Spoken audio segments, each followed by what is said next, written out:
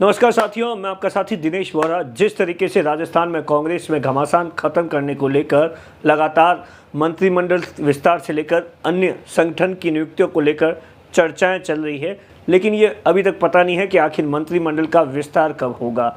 लेकिन जिस तरीके से राजस्थान के प्रभारी अजय माकन ने विधायकों से फीडबैक लिया, उसमें एक सबसे बड़ा मुद्दा जो मारवाड़ की राजनीति को लेकर निकल कर आया।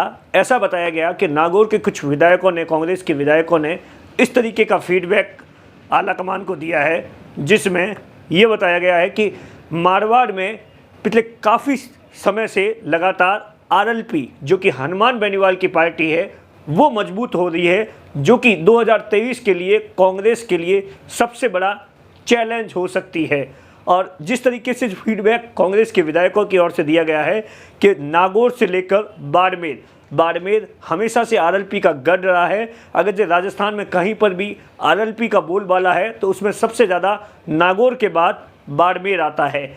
और जिस तरीके से लगातार विधायकों ने राष्ट्रीय लोकतांत्रिक पार्टी को लेकर फीडबैक दिया है, उसने मारवाड़ में कांग्रेस में एक नई हलचल पैदा कर दी है कि किस तरीके से आरएलपी को 2023 में रोकने के लिए कांग्रेस अपना प्लान, इस जो मंत्रिमंडल का विस्तार होगा उसमें साफ तौर पर नजर आएगा कि किस तरीके से इस डैमेज कंट्रोल किया जाए, ताकि 2023 में कांग्रेस के लिए आरएलपी नई मुसीबत नहीं बने।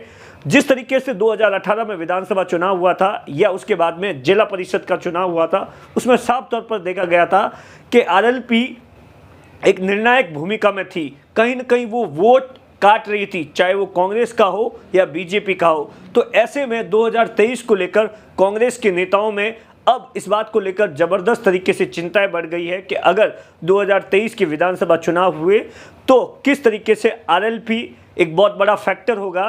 तो जिस तरीके की खबर है, ऐसा माना जा रहा है कि कांग्रेस जो अपना मंत्रिमंडल विस्तार है उसमें इन सब चीज़ों को ध्यान में रखकर करेगा।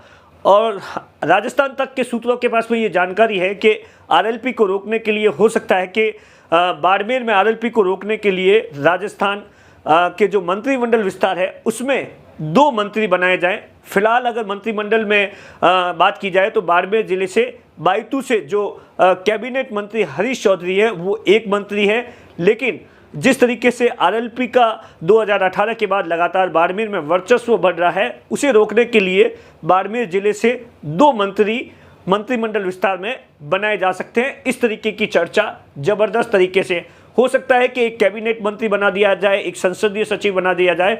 तो इन सब चीज़ों को लेकर लगातार कांग्रेस प्लानिंग कर रही है, क्योंकि उन्हें किसी भी तरीके से जो राजस्थान में मारवाड़ में सबसे बड़ा कांग्रेस का गढ़ है वो बाड़मेर है, उसे आरएलपी कहीं छीन न ले। इसी को लेकर आपको अगले मंत्रिमंडल विस्तार में साफ झलक आएगी। राजस्थान तक के लिए दिनेश बोहरा की रिपोर्ट।